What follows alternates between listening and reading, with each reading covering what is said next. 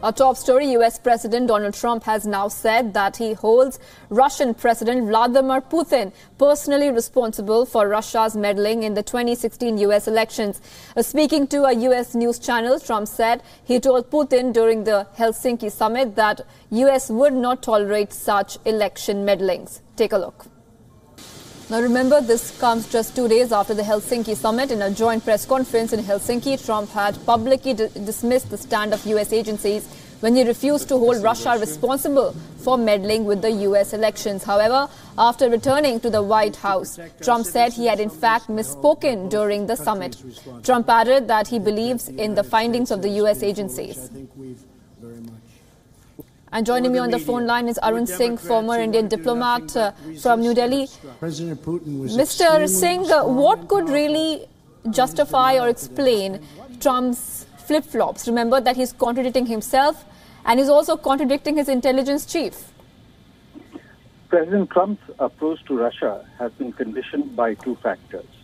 One, he wants to prevent any overwhelming sense that the elections in 2016 were influenced by what is perceived in the U.S. to have been some Russian role in the elections that were going on there.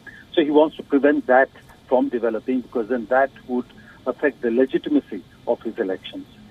The second thing is that he's been trying to show that his presidency is better than anyone else's before, that is better than President Obama, better than President Bush, and that he can do things with countries like North Korea, Russia, that others have not been able to do. So these are the two primary motivations with which he has tried to approach this relationship. So that was one reason why, standing next to President Putin, he was not willing to fully accept the findings of the U.S. intelligence agencies when they had said that, according to their information, Russia had played some role in the processes that were happening there in terms of influencing public opinion, in terms of creating a certain atmosphere. But there was a huge blowback in the U.S. And people said, how can the leader of our country not believe his own intelligence agencies and prefer to believe the leader of another country, which they saw as a rival? So that forced him to walk back. Right, Mr. Singh, but what could really explain the crack between Donald Trump and his own government and his own administration? Because he wants to prevent a sense developing that the elections were influenced anyway by any role that Russia would have played. Because if that were to develop, then people would question the legitimacy of his elections. And given his own personality, profile, his own desires, he wants to prevent any sense which would challenge the legitimacy of those elections.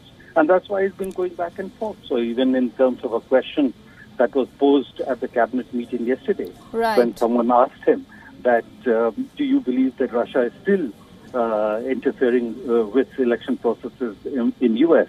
And he answered back, no. And today now they have walked back on that by saying that it was not an answer to that question. It was to another question, whether he would take any questions at the cabinet meeting. So he's been saying things, and when they are seeing a blowback, the administration is trying to walk back on that. But his primary effort is, as I mentioned, twofold. One, not to allow any challenge to the legitimacy of the 2016 elections, and see if he can move positively with Russia and then claim that he has done better than either President Obama or President Bush.